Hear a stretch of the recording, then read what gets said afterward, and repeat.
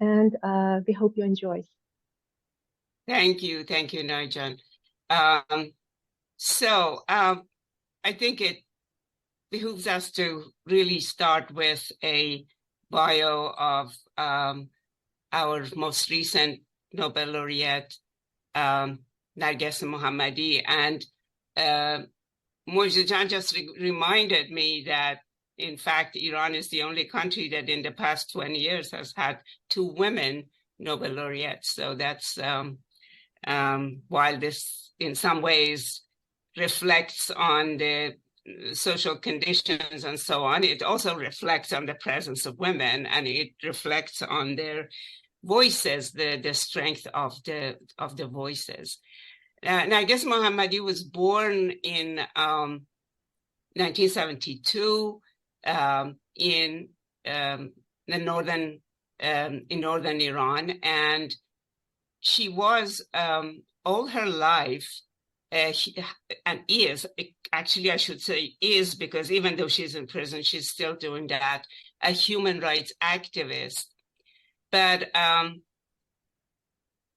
was looking to see what personal information I could find about her, and I found it really hard to look to actually see pieces that referred to her major achievements. She is a physicist, has a degree in physics. She has an engineering degree, has worked in these areas.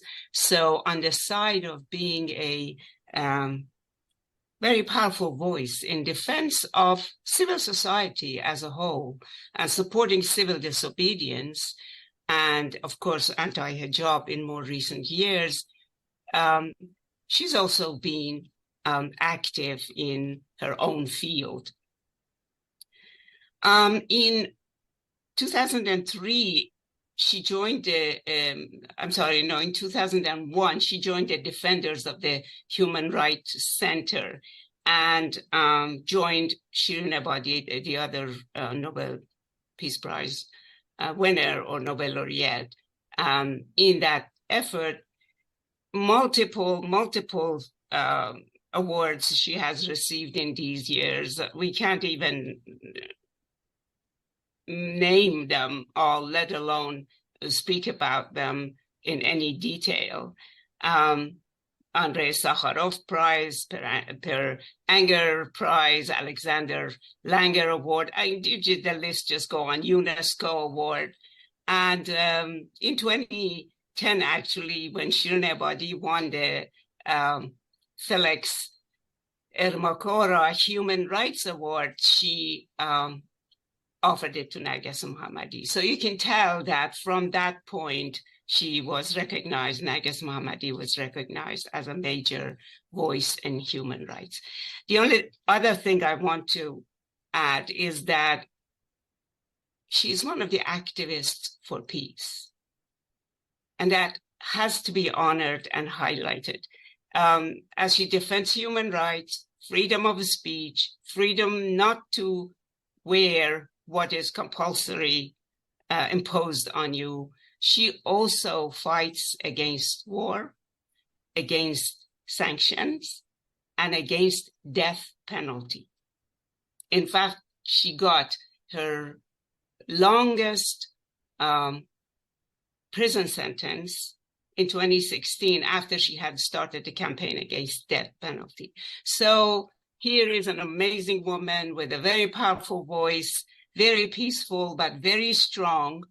And we admire her. We wish her all the best. And of course, we will do culturally and whatever is in our power within our learning institutions to spread the words and to teach about these amazing people, including our Iranian women, of course. With that, I want to welcome Mojdeh. Mojdeh Jan, welcome. Thank you so much for accepting to be with us on such a short notice. And I have a lot of questions to ask, but I want to ask my colleague, Dr. Marjan Mousavi, to actually read a little bit of a short bio on you so that we also hear about your general achievements and not just the poetry work translation that you have done. Marjan. Sure, it's an honor. Mojdeh Bahar received her JD from University of Maryland Carey School of Law, her MA in French from NYU, and her BS in Chemistry and French from Dickinson College.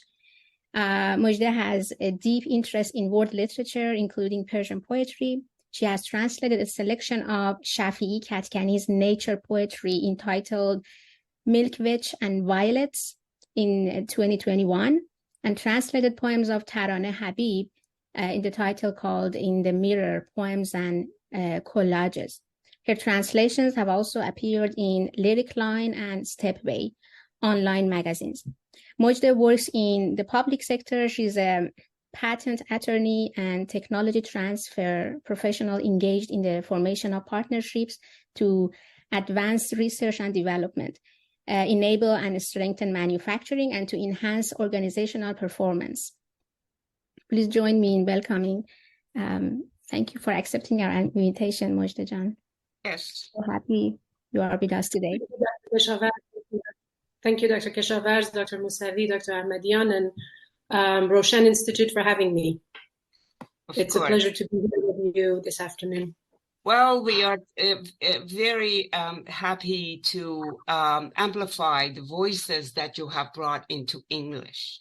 Now, there are all kinds of conversations about women poets. How should we translate? Should we put them in one group? We'll get to all those technical things in a little bit. But I would like to ask you, tell us a little bit in your own voice about where you grew up and your earliest cultural experiences. Sure. So I was born in Iran, and I was 14 when we left Iran. And I came, I stayed in Europe for a little bit and then came to the US and grew up in Maryland and, went to school and came back to Maryland. In terms of earliest cultural experiences, I think it was probably poetry. And as you all know, poetry is very much a part of Persian life of every day. Whether it's a proverb that is based on a poem, or whether it's games like Mushaireh, or whether it's lyrics in a Persian song. So I think those were probably my early exposures to Persian literature. Wonderful. So Marjan and I were talking about, be interesting to see what sparked your interest in poetry, and did university education intensify that,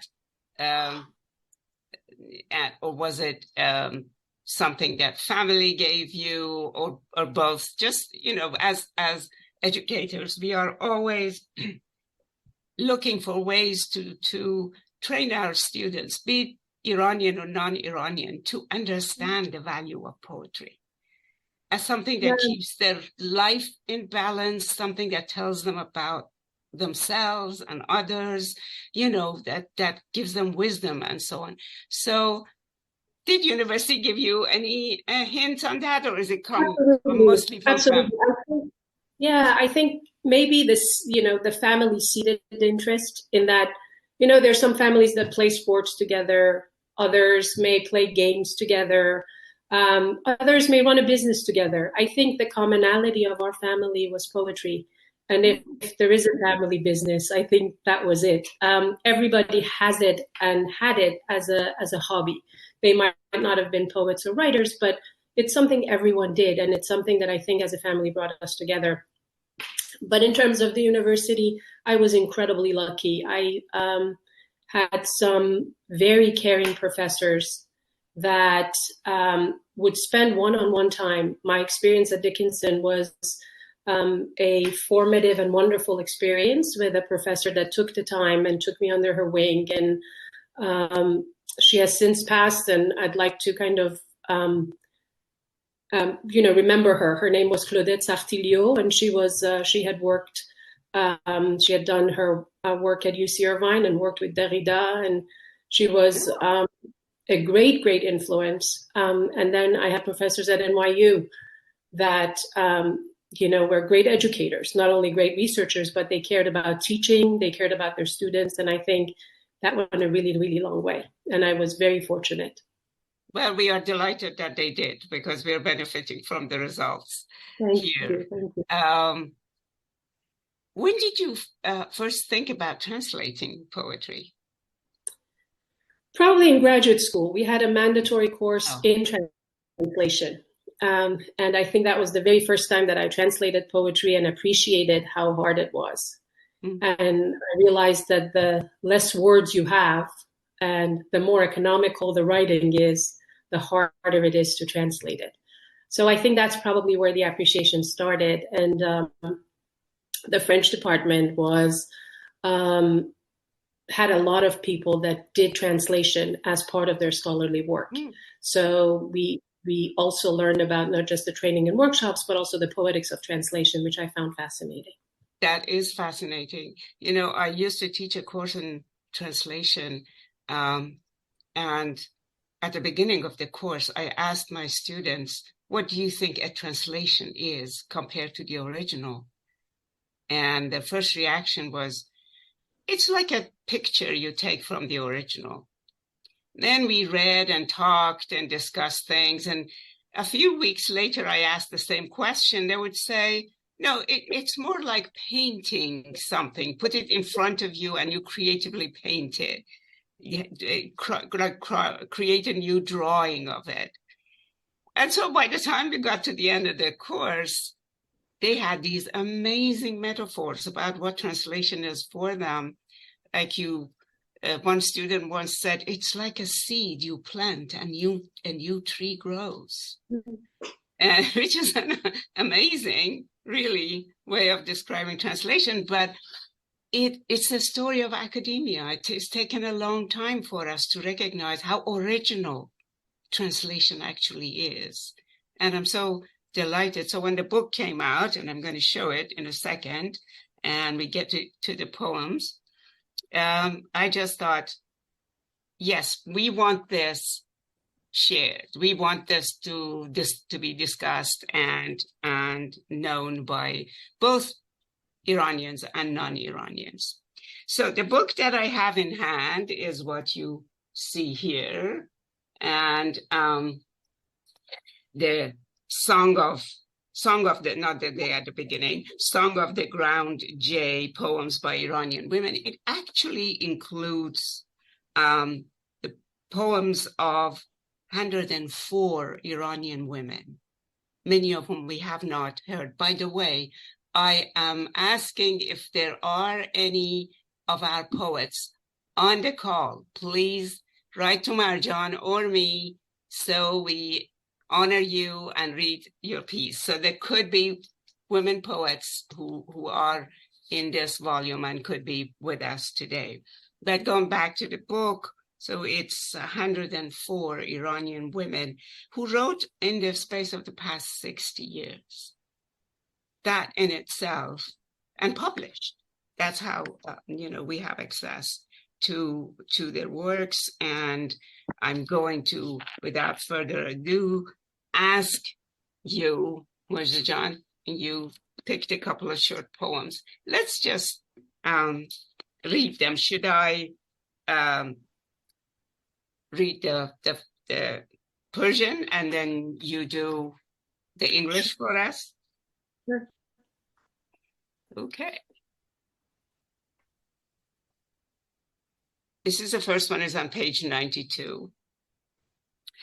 این بزرگ راه تا انتهای جهان دور برگردان ندارد و تمام خروجی هایش به دوراهی چشمهای تو میرسد که بمانم و دوستت بدارم یا برگردم و دوستت بدارم. This highway has no U-turn till the end of the earth, and all its exits arrive at the junction of your eyes, to stay and love you or come back and love you. And then دستهای من از روزی که رهایشان کردی به موزه اشیاء گم شده پیوسته است.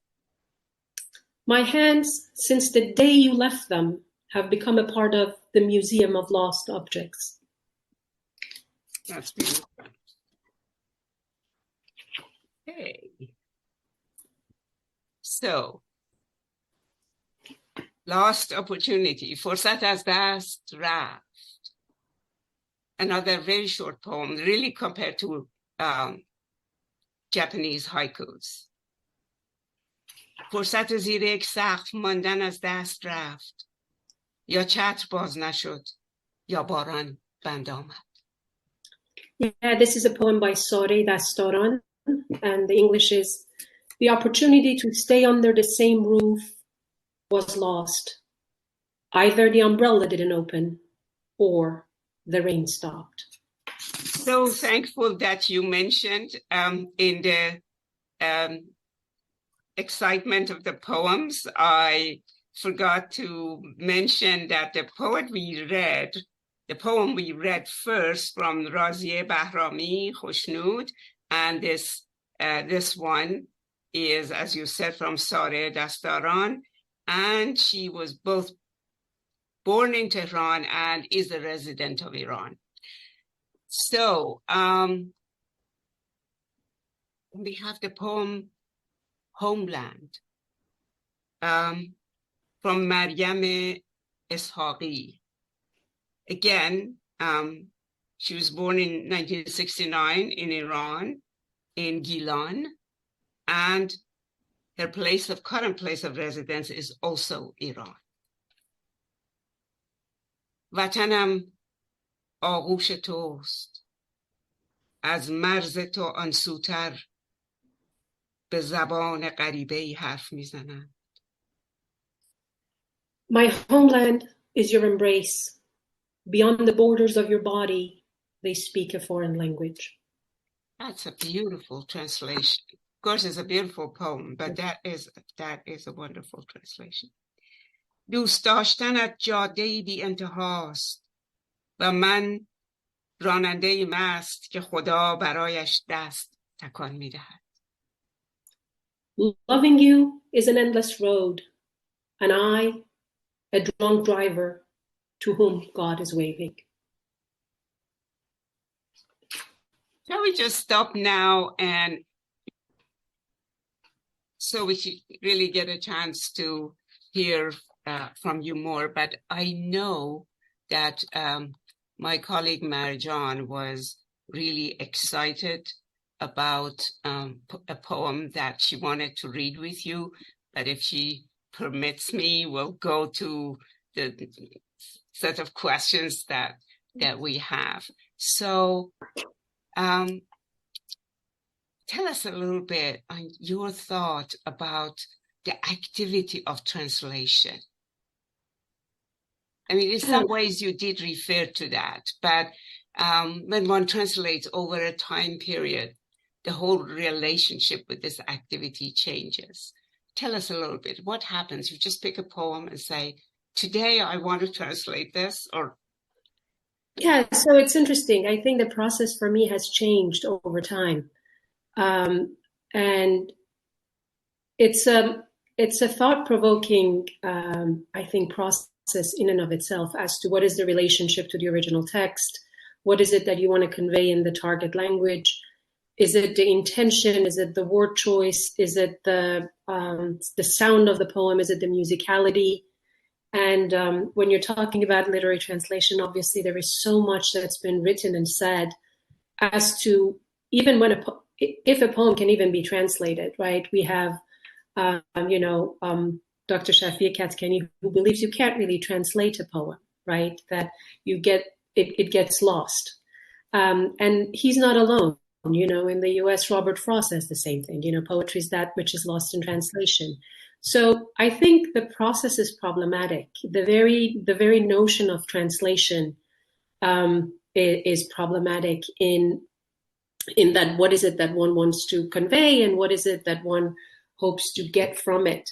I think from everything that I have read and thought about, one of the things that resonates with me is something that Walter Benjamin talks about, which is the whole idea of translation, looking at translation as kinship rather than likeness, right? It's not exactly taking what is in one context and bringing it to the other, but thinking of it as a kinship, and I like what he says about many works don't find their proper translator within the lifetime of the poet.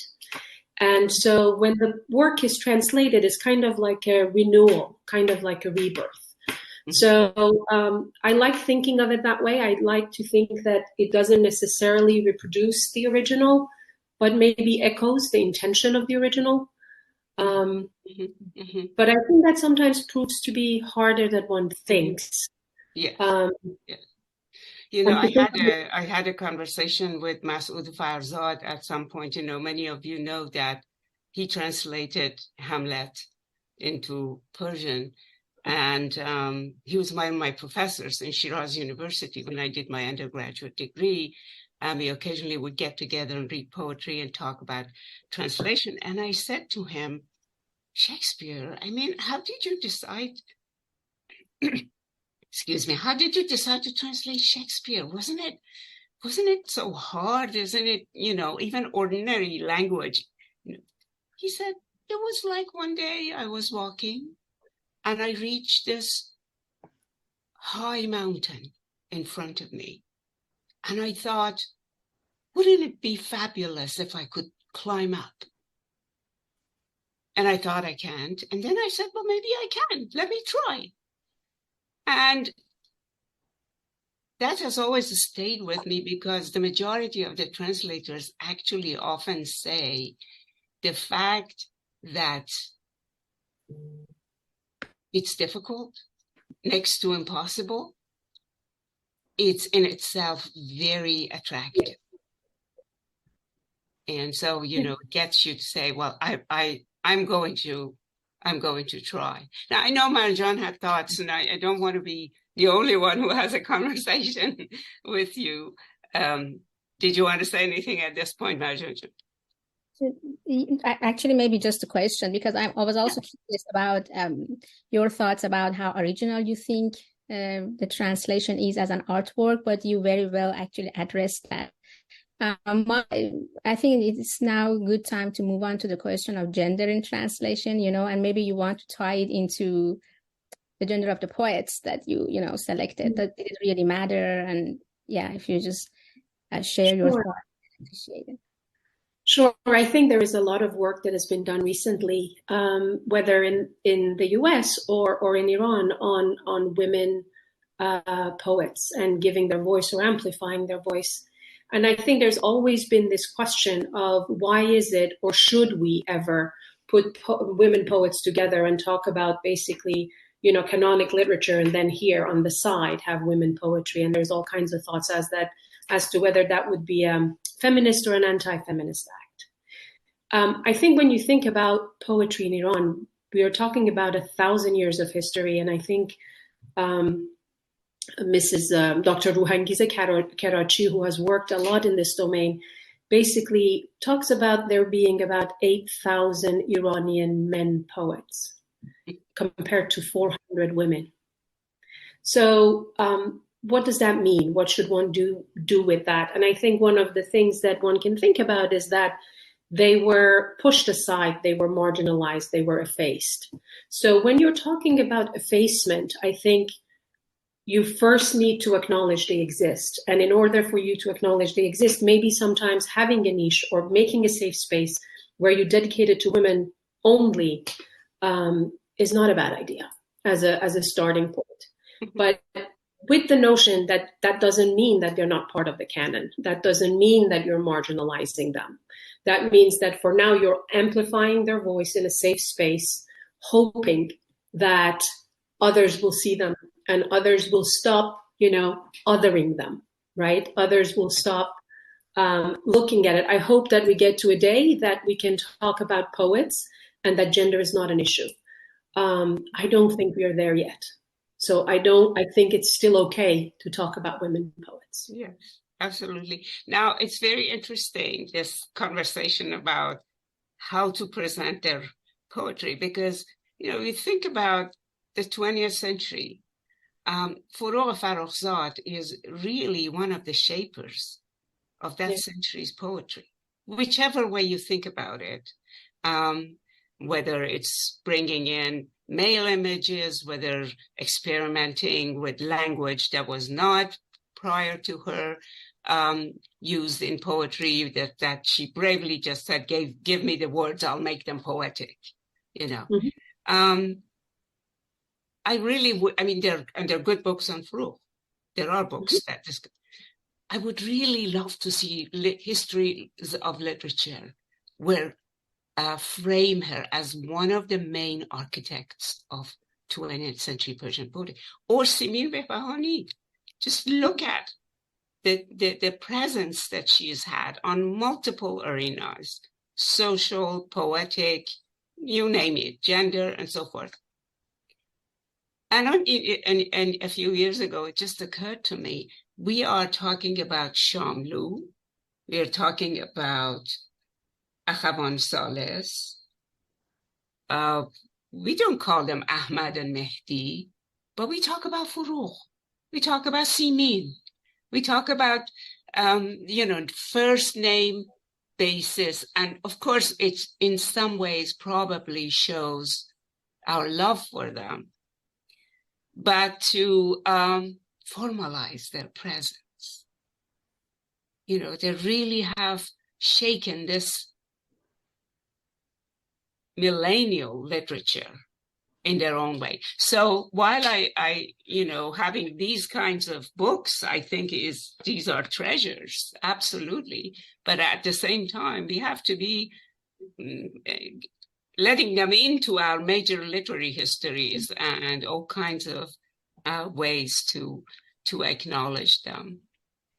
Yeah, I just wanted to add on the topic of decentering the canon, or actually challenging the canon. What I really find amazing and valuable about your anthology is that you're actually creating multiple centers, multiple. I mean, you're not limited to, again, canons of poetry by women. You're also giving voice and amplifying those lesser known poets, which makes, as I said, you're just really creating multiple centers in poetry. Very interesting point, yeah. So, I know you had a favorite poem, Mojdeh. Would you, Mojdeh, would you two want to read that for us? And then we want to open things so that others can come into this conversation, which we are enjoying very much, but others, I'm sure, will like to be a part of it. So, right, sure. The poem that I chose is by Ms.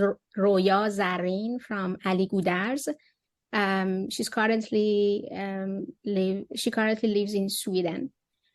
I think I will read 2 lines each round, and then you will. Yeah, thank you. نفس بکش تهران. سوار اتوبوسی میشوم که هوای تو را دارد. Breathe, Tehran. I ride on a bus that feels like you. اتوبوس‌ها تمام اتوبان را مسابقه می‌دهند و ما خودمان را به تو می‌رسانیم. The buses race each other all the way on the highway, and we find our way to you. که غلتیدن در آغوش تو، شنیدن صدای احمد کایا در آغوش تو. Rolling in your arms, hearing the voice of Ahmed Kaya in your arms. زرتشت و انقلاب و آزادی در آغوش تو اضافه می‌کند به زمین، به زیبایی. زرتشت، انقلاب، آزادی in your arms, add to the earth, to beauty. کاش آدمی وطنش را همچو بنفشه های فرهاد ماییم. وطنمان را بسته ایم به گلویمان. We are Farhads. I wish one could carry one's homeland like violets. We have tied our homeland to our throat. ما را هر کجا که بکارید کاشته اید. ما را هر کجا که پرت کنید کاشته اید. Wherever you plant us, we are planted. Wherever you throw us, we are planted. ما را هر کجا که رها کنید ریشه هایمان اضافه می کنند. به زمین، به زیبایی. Wherever you set us free, our roots add to the earth, to beauty. Thank you. That's wonderful. Thank you. Thank you. Wonderful poem. I mean, this, again, I have to come back to this again and again, the strength of these voices. I mean, they published these in Iran. How do you think they negotiated some of the highly sensitive, quote unquote, subjects when they are critical? They really are critical voices. So some of them, these poems have not been published, meaning that in some cases they have actually put the book together, but they have not been permitted to publish it. Some of them are only published on social media. Okay. And and some of them are published outside of Iran naturally, and not in Iran. Yeah. And any at all published in Iran? Yeah, a whole bunch of them are published by Yes. in Iran. Thank you. So before we open it for others to comment, do you have any recommendations for those who are interested? They're kind of students of translation. They want to do it, and of your experience. One of the things I've committed to doing is to pick. I set aside an hour a day, and I translate. Basically, it's part of it is the craft, right? And it comes with a lot of practice. For me, it's very meditative, and I enjoy it. So I think that helps. It's my equivalent of running. No, I know. I can see this a continual kind of engagement that to keep that faculty alive, that interest, that thing in you, that is so important for poets too. Actually, the American poet, one of my favorite poets, Bill Stafford, was talking about this to Robert Bly in a program, and he was saying, I get up every morning and I write a poem.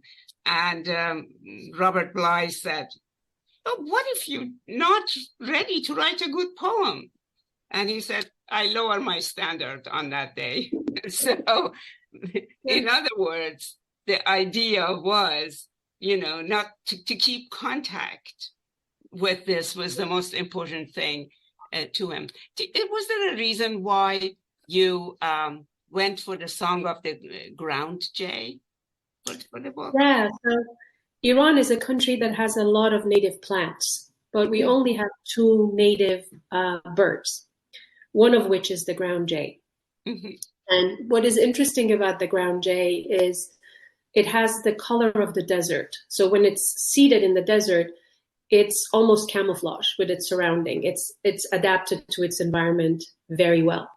But when it opens its wings, the wingtips are a beautiful blue and black and white, and it's majestic in flight. The other thing that is interesting about this bird is that though it's from the crow family, it has a nice song, and it prefers to run rather. Although it can fly, it prefers to run, and it's hard to capture it in photographs. So for me, it's very much a symbol of Iranian women that can adapt to any environment, even if it's a desert, that there is more than meets the eye in terms of, who they are and what they have to say. And also, though they can fly, sometimes they prefer to walk or run. Yeah. Lovely. Perfect. Wonderful. So, do you have any projects coming up that you feel comfortable talking about, or you want it to be a later surprise? I think I want to try my hand. I have some, my daughter, who is interested in poetry, has given me some contemporary American poets to read. So I think I'm going to try my hand at looking if I can translate those to Persian. That's wonderful. So going the other way, that would be interesting to see how, on which side difficulties or joys, we don't have to constantly think about difficulties. Well, I see on my screen that you, some people, you graciously acknowledged Arjan, your partner, Sayeh, Iqtisadinia, and others who worked with you. So thank you all for doing that. The floor is open. I hope that you all ask the thought questions that is on your mind. And I think if this being not a huge group, so you can just raise the hand and we would call on you to voice your own questions to Mojdeh. Dr.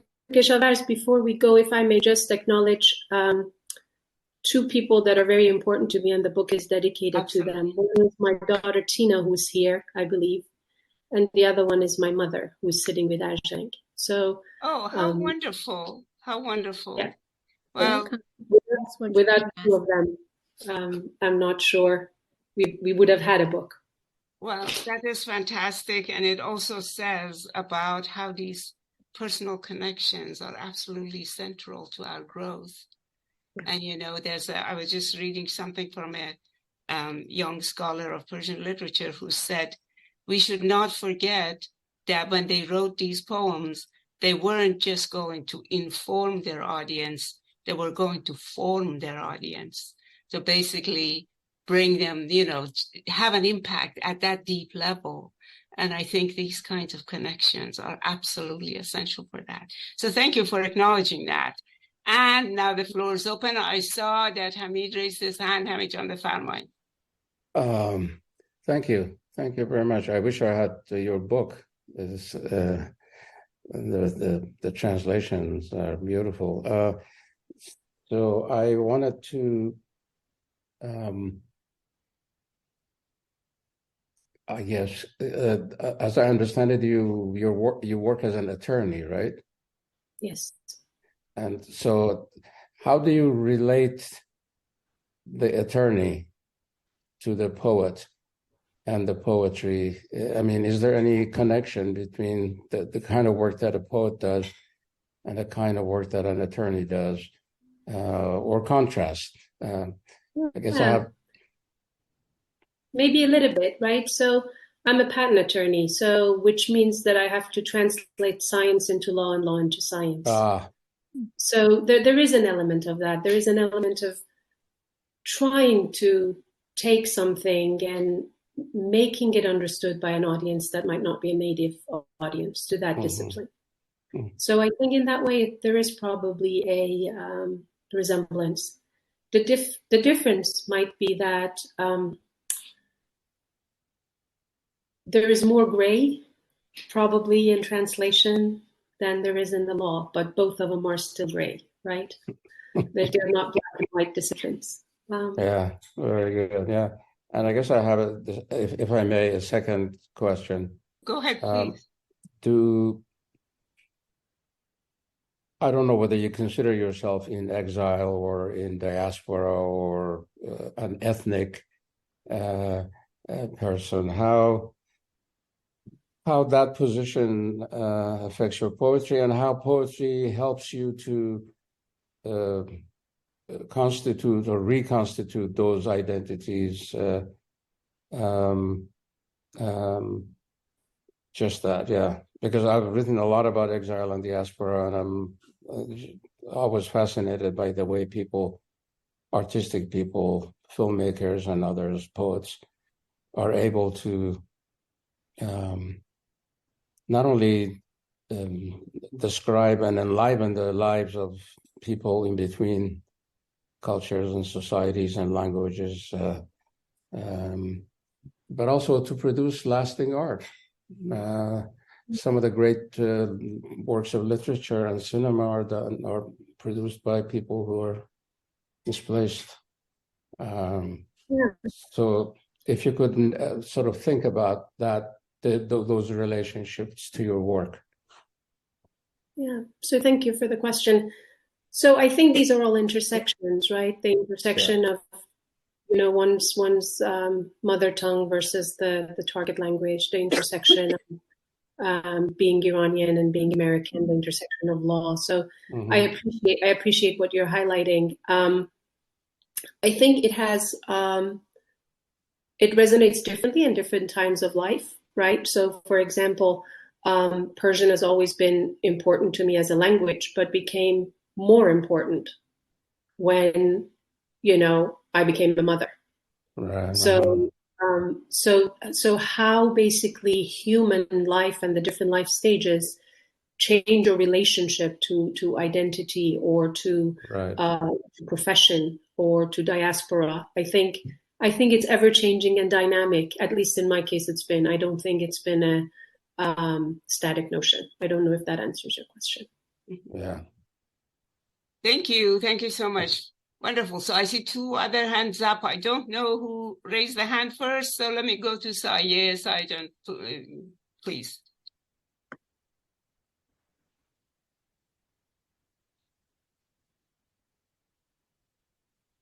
I think you have to unmute your... Yes. Okay. Yes, I just unmuted. Hello, everyone. Hello, Dr. Keshavarz. Hello, Mojdeh Jan. I'm so happy I'm here. I don't have question, but I just wanted to add a point that Mojdeh humbly didn't mention to it. One of the good things about this book is that Mojdeh has gathered a diverse range of women's poetry, regardless of the form. We have both like classic poetry and modern poetry here, and regardless to the political direction or the place where the poets live. When we talk about the different translations of women's poetry in different books and anthologies, it is immediately divided into Iranian abroad Iran, like diaspora, or Iranian inside Iran. But Mojdeh has worked beyond these borders. I know that Mojdeh, as an Iranian in diaspora, could have easily focused only on the poets of the diaspora, but the struggle that she had to gather a lot of information and then to access the poems of the poets inside Iran, to know the poets one by one, to get to know them and their poetry and translate them. And this is a job that has been done with great difficulty, and I appreciate it. Oh, thank you for mentioning that. And I know since Hamid also mentioned about having the book, maybe it's a good time, Mojdeh Jan, if you tell us where is the easiest place for the book to be obtained? Amazon probably is the easiest. Okay. All right. So for everyone's information, on Amazon, you can get the book. I have Esther's hand up, and also Najmiya. So Esther, please go ahead. Thank you very much. My name is Esther. I'm a graduate student at the University of Toronto, and I'm really happy to be here today, and I really enjoyed your discussion as well. I have like two questions. The first one is, what was the intention behind this strive for this kind of diversity that you have, that you did not decide on to just include a diasporic women's writing, but rather to just to strive for this kind of diverse presentation of these poems. And maybe I will ask the second question after. Sure. I wanted to be as inclusive as possible because I wanted to see, as women, do we have different struggles regardless of where we sit, or are they geographically specific, right? And so it was about inclusivity. It was about making sure that we are not othering each other. We are not putting any other woman in. We don't have the bifurcation of you're a diaspora poet, you are. And frankly, I think it's very, very difficult to define, that's what would be considered diaspora and what would be considered, I think it's a little bit more complicated than just geographic boundaries, right? If somebody's talking about exile within one's country, what is that considered? Does the theme matter? Does, the content of the poem matter? Or do you just care about the location of the poet, and how much should we underline that, or how much should we consider that when we look at the work of art, which in this case is the poem? Wonderful. Okay. Thank you very much. Can I ask my second one? Yes, go ahead. Yeah. Yes, go ahead and do Thank the you. follow-up, because then we might move on to a different area. Go ahead. Yeah, thank you very much. So I'm interested in your personal opinion. Like, how would you imagine this kind of transition between the current state of making space for women and women's writing and the future or ideal phase of or era when gender is not an issue anymore? Like, for example, like, can we reach at that time by more kind of comparative work, including both male and female writers, or how should we do that? Yeah, that's a very interesting threshold question, right? When is it that we are done with making safe spaces, and because it's not automatically going to become part of canonic literature, right? When we talk about even the Persian canon, we talk about usually just probably just three women poets, right? And what is interesting is that if you look at anthologies, right? So like there are certain famous Persian anthologies. One of them is called Daryai Gohar, one is called As-Sabat Nima, which are the contemporary anthologies. And women are quasi-absent in those, Yes. right? Whereas if you look at, or even if you look at it historically, right? From 10th century, we didn't have much to choose from. In 10th century, we had Rabi'eh. And so we kind of talk about them. Whereas I'm glad that I was faced with the notion of there is 500 Iranian women that I can count, right? And how do I now choose among them? So I think one of them is there is strength in numbers, right? The more voices we have, the more we have the possibility of them becoming canonical. But I think comparative studies help. I think acknowledging, the differences, but building on the commonalities between female and male writing, what French feminists call écriture féminine, and acknowledging it, but saying that, okay, it's great that that's that way, but we don't have to be limited to that. We can go beyond those linguistic boundaries. I think all of those would help.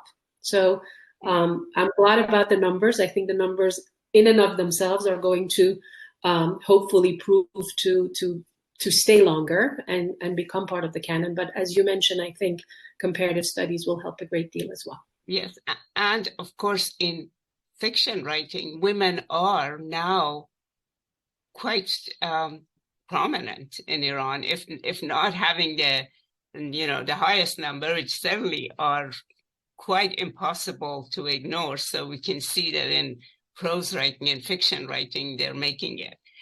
Okay, so Najmiya Jan, welcome, and it's good to have you with us.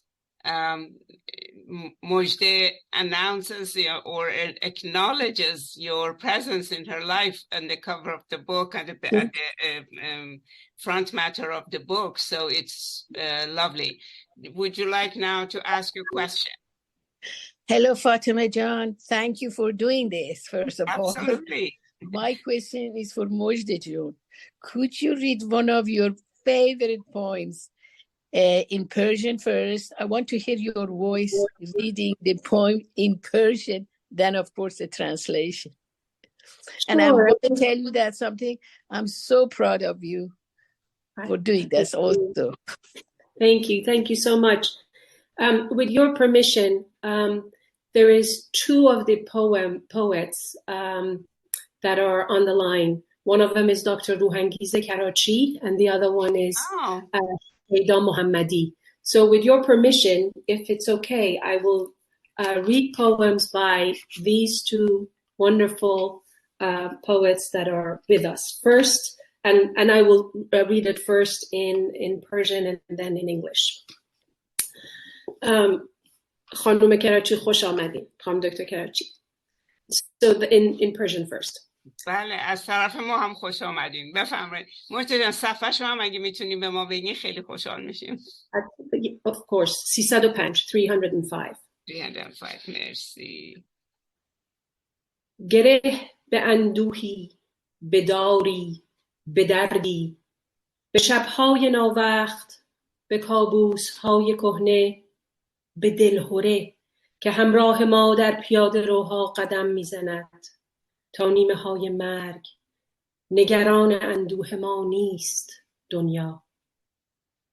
Tied to a heartache, to a gallow, to a pain, to untimely nights, to old nightmares, to anxiety, walking by our side on the sidewalk, until the midst of death, the world is not concerned about our sorrow.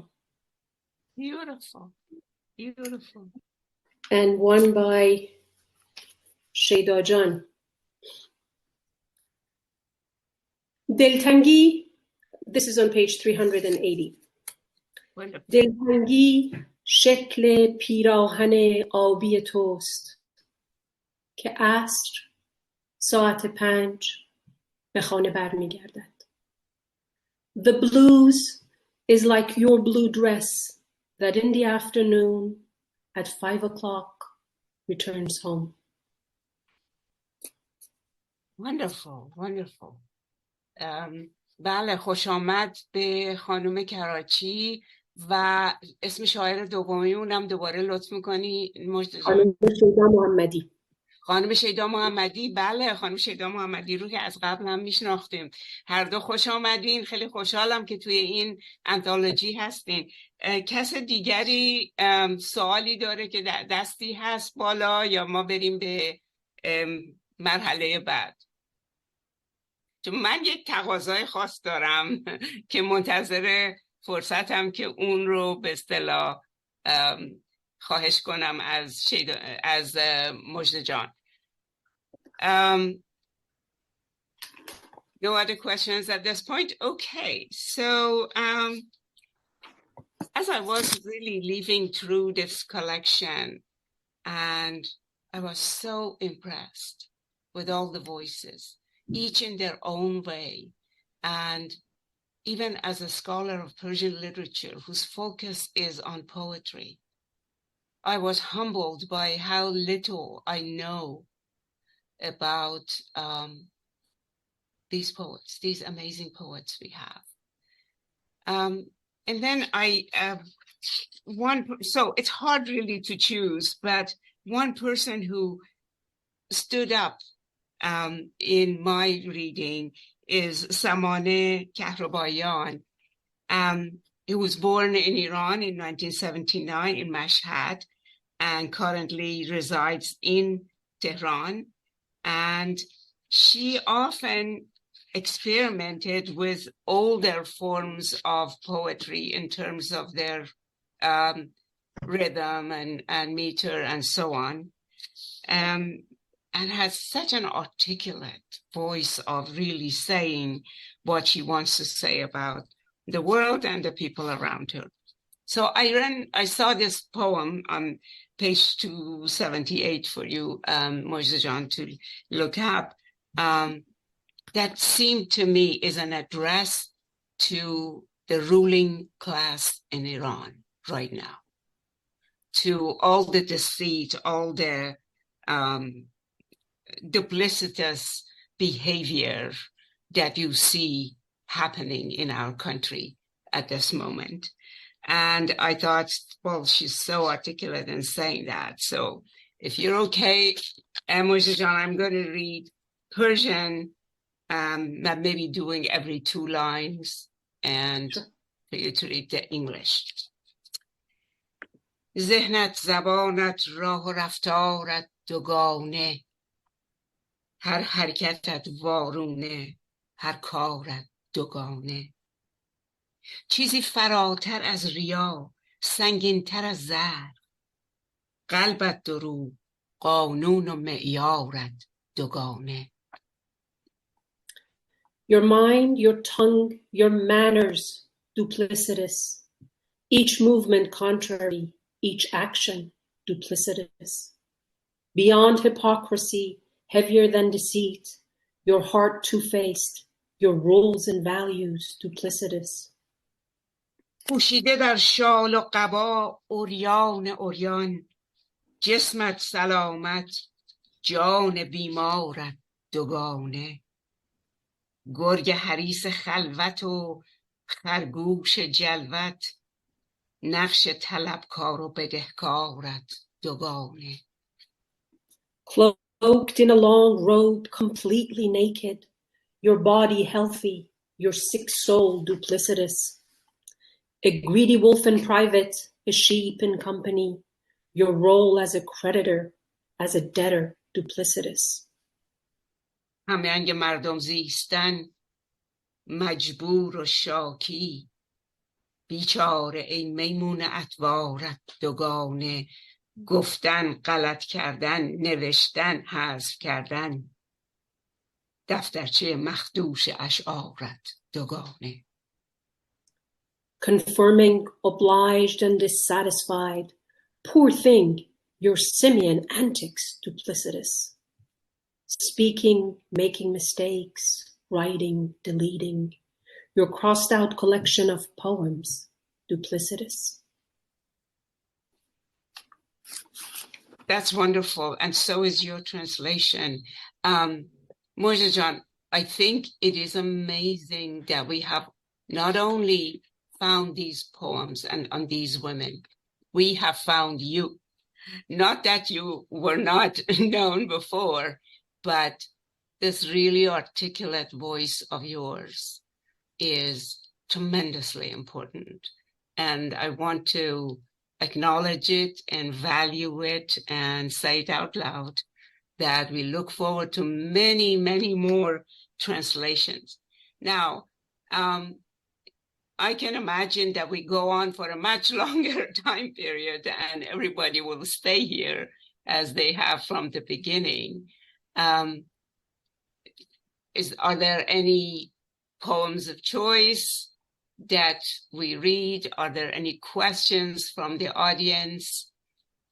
Maybe our poets want to say something to join us, and so that we can see them and or at least hear their voice. خانم کراچی، خانم شیدا جان محمدی، بفرمایید.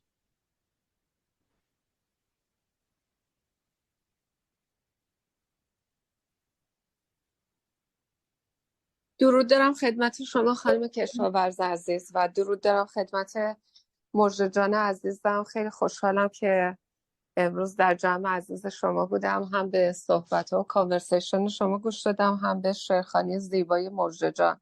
من فارسی صحبت کردن ایشون رو شنیده بودم، ولی خودشون هم خیلی زیبا شعرها رو به انگلیسی خوندن. چه انتخابایی که شما در قسمت اول کانورسیشن داشتین، شعرهایی که انتخاب کردین، چه شعرهایی که خودشون الان خوندن به انتخاب خودشون، واقعا زیبا بود. اون تونیشن رو کمتر من دیدم تو زبان انگلیسی توی ترجمه کسی بتونه اون تون و اموشن شعر رو اینطوری زیبا حفظ کنه که خانم مژده بهار این کار رو انجام داده.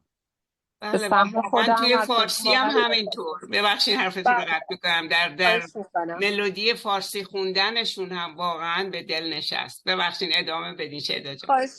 خواهش میکنم. همین برام قسمت جالب ماجرا. اول خواستم اینو به سهم خودم قدردانی کنم، نه فقط بخشی که انتخاب کرده بودن از شعر من، ولی من واقعا شعر تمام دوستان و تمام شاعرای زنو که خوندن، واقعا چه فارسی به قول شما چه به انگلیسی، واقعا لذت بردم.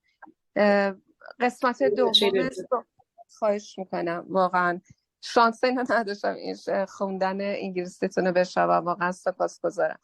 خانم دکتر کشاورز عزیزم، قسمت دوم پرسشتون رو اگر لطف کنیم بفرمایید. نه، بیشتر سوالم این بود که اگه شعر محبوبی هست که مایلین بشنویم. من میدونم که از خود مژده جان خواسته بودم، ولی شما به عنوان شاعری که شعرتون در این کتاب ثبت شده و ترجمه شده، احساستون رو هم اگه به ما بگیم بر ما خیلی جالبه، چون صدای خودتون رو به دو شکل میشنویم، یکی در شعر اصلی و یکی در ترجمه مژده جان. درسته، دقیقاً درست میفرمایید. الو بفرمایید. خواهش میکنم. خب برام جالب بود وقتی که مژده جان با من تماس گرفتن، گفتن که انتخاب خودشون برام جالب بود که از تو صفحه فیسبوک من، چون جاهایی که شعر چاپ میشد من فقط بعضی وقتا شعر بلند و بندیش رو میذاشتم، چه از کتاب یواشای قرمز، چه از کتاب عکس فوریش بازی و یا از شعرهای اخیر که بیشتر شعرهای اعتراضی این دوران بود. و مژده جان 2 تا شعر رو انتخاب کرده بودن. یکی همین اگر درست بخونم، آینه دروغ میگفت من تکرار تو بودم، هر بار که پلک میزدم ترنی از میان ما رد میشد. و یه شعر مینیمال دیگه هم بود از کتاب همین تا پلکم مژه میزند طاووس میشوی، به همراه یک بند آخر از شعر یواشای قرمز که با من تماس گرفتن و گفتن که اینها رو انتخاب کردم برای ترجمه، که من بهشون گفتم اون بند آخر شعر بلندی از یواشای قرمز که بعد براشون فرستادم و بعد به من گفتن که خودشون علاقه دارن به این شعرهای مینیمال و از اونجا بود که توجه من جمع شد، چون خود من به عنوان شاعر خیلی کمتر به این قسمت از شاید نوشتنم پرداخته بودم. نمیدونم، شاید با وجود اینکه شعرهای مینیمال یا شعرهای کوتاه در اون ایجازشون برآوردن اون همه تصویر و معنا به مراتب شاید دشوارتره و من این هوشمندی که مژده جان داشتن و نوع انتخابشون برام خیلی جالب بود و بعد در قیاس با ترجمه‌های دیگه که دیدم از بعضی از دوستان شاعر انجام داده بودن که اتفاقا شعرهای بلندی بود و زیبا، برام خیلی جالب بود این مهارتی که ایشون داشتن و نوع انتخاب خیلی برام جالب بود. ولی اگر که این شانس رو داشتیم که نشر ناکجا به موقع پاسخ میدادن برای حق کپی رایت و اون 3 شعر یواشای قرمزم که ایشون زحمتش رو کشیده بودن و ترجمه کرده بودن در این مجموعه بود، خب خیلی خوشحال‌تر می‌شدم. صفت تفسیری. خب حالا شاید در برنامه‌های آینده ما که امیدواریم کتاب‌های جدید ببینیم. و مژده جان، یه سوالی که بر من پیش اومد در این گفتگویی که صحبت‌هایی که شیدا داشتن این بود که با چند تا از این شاعران موفق بودین که تماس مستقیم داشته باشین و نظراتشون رو بشنوین، یا چون واقعا تعدادشون خیلی زیاده؟ بله، من با همه سعی کردم. 4 نفر از این شاعرها در قید حیات نیستن. 100 نفر که هستن من با همه سعی کردم از طریق اونایی که اینستاگرام داشتن یا توی فیسبوک بودن تماس بگیرم. مجموعاً با 88 نفر من فکر کنم تونستم تماس بگیرم و ازشون اجازه بگیرم، با اینکه همونجوری که میدونین یعنی اگر چیزی در ایران چاپ شده باشه اجازه‌ای از لحاظ حقوقی احتیاج نیست، ولی از لحاظ اخلاقی میخواستم که مطمئن بشم بدونن که خودشون داره ترجمه میشه. And we switch to Persian now. I don't know if there are people who probably would be more comfortable to hear it in English too. So it was fantastic that you contacted at least 88 poets there, right? Yep. And you're right. There is, in terms of the royalty and all of that, there is really Iranians take works and translate and so forth, and they acknowledge that others can do the same. But of course, in terms of personal doing the right thing, so to speak. Yep. Okay, I see that Arjan John befirmayid, Dr. Asad. Thank you very much, Dr. Keshavarz.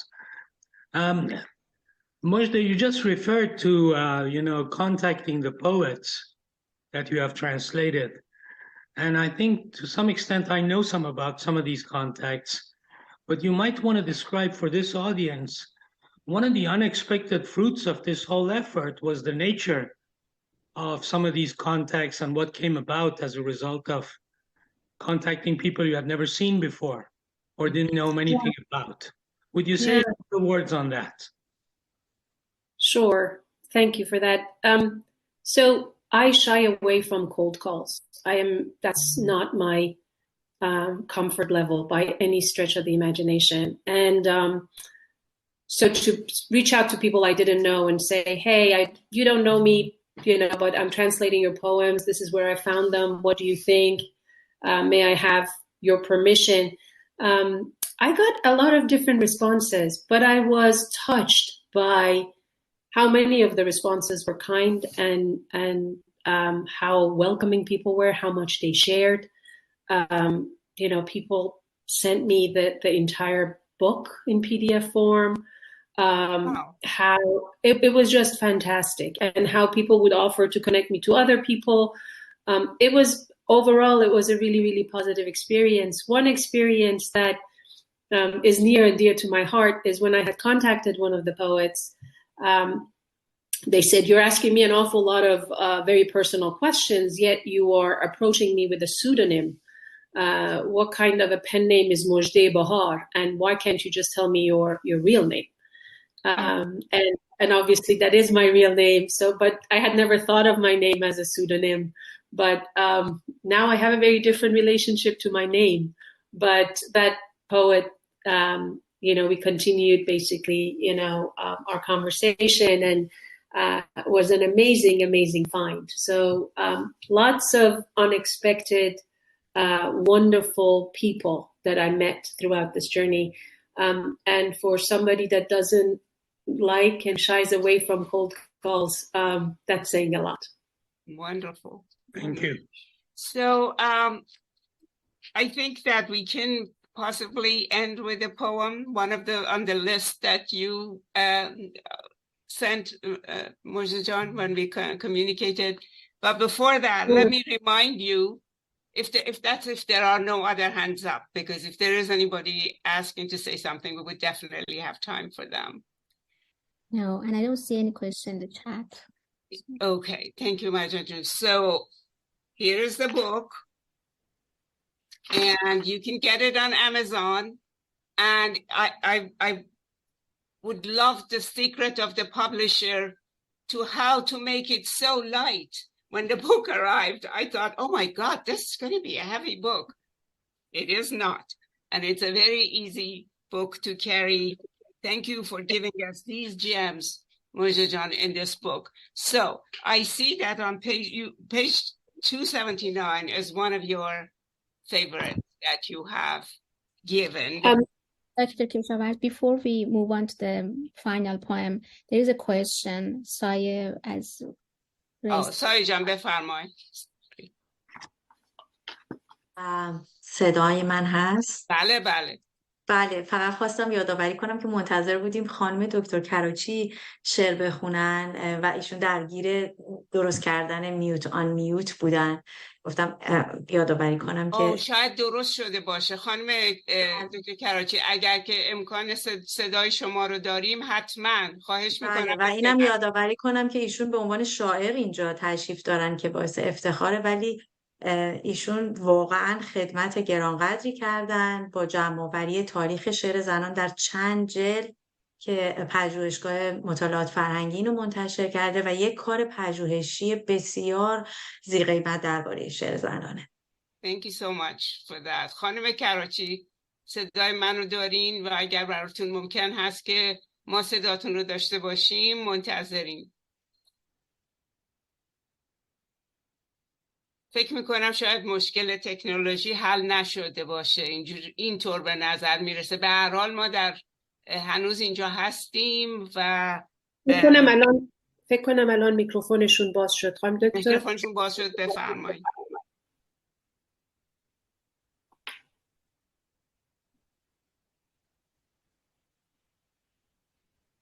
من متاسفانه صداشون رو ندارم. بله منم ندارم.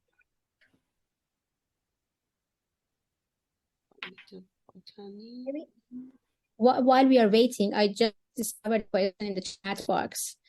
If I ask the question and then see. Oh, is this from Dr. Karachi? Now the question is from Mary Like. And Oh, okay. Please read it. Will you, Mojdeh Joan, create an audiobooks audiobooks with both translations? 2 audiobooks or maybe 1? You know, that's a great idea. And I have not thought about doing that. Mm-hmm. I think it would be fantastic. Yeah, So okay. that could be a project that would come out of this program. That's fantastic. Okay. خانم دکتر کرچی صداتون رو داریم؟ پس موجه جان میخواین که شما بریم با این شعر محبوبتون که رو صفحه 279 هست در کتاب تموم کنیم. فکر میکنم 279 رو خانم دکتر خوندیم. اون بله، پس میخوای یکی دیگر رو پیشنهاد کنیم؟ 305 هم خوندیم. بله، 347 برای مادرم، خانم بیتا ملکوتی. شما دوست دارین فارسیش رو بخونید؟ حتما. خانم بیتا ملکوتی در تهران به دنیا آمدن و الان در یونایتد در آمریکا مقیم هستند. برای مادرم. نور زن است. میدانم نور زنی است شبیه عکس مادرم توی غاب که بر حافظه شب میریزد و ترک میخورد جهان. و از شکاف خونی خاک صلح که شبیه دستان کودکی توست برهنه میخندد و زن صبحهای آینده است و ظهری که میرسد به آزادی. For my mother, light is a woman. I know light is a woman, like my mother's picture in the frame, pouring on the night's memory. And the world cracks, and from the bloody gap in the soil, peace, which is like your childhood hands, laughs plainly. And the woman is the dawn of the future and the noon that reaches freedom. What a wonderful ending. Although I wish the program didn't finish and we could go on reading more and more poetry. So for now, you can get the book, and in the future, we can look forward to having the readings with Mojdeh Joan's own voice. Thank you very much for all of you to join us and to stay with us. Thank you to my colleagues, Dr. Mousavi and Dr. Ahmadian, to be with us. And above all, thank you to Mojdeh for creating this amazing piece of work. Really, really wonderful. And everybody who make it possible. Looking forward to more. And with this wonderful future looking And I also forward. wanted to thank you. And I also wanted to thank you, Dr. Keshavarz and Dr. Ahmadian and Dr. Mousavi and the Roshan Institute for the opportunity. Much appreciated. Oh, absolutely. It's you're most welcome. And I'm delighted that we got a chance to do that. It was a pleasure. Goodbye, everyone. Yes, absolutely. Have a wonderful time, everyone. Yes, thank you.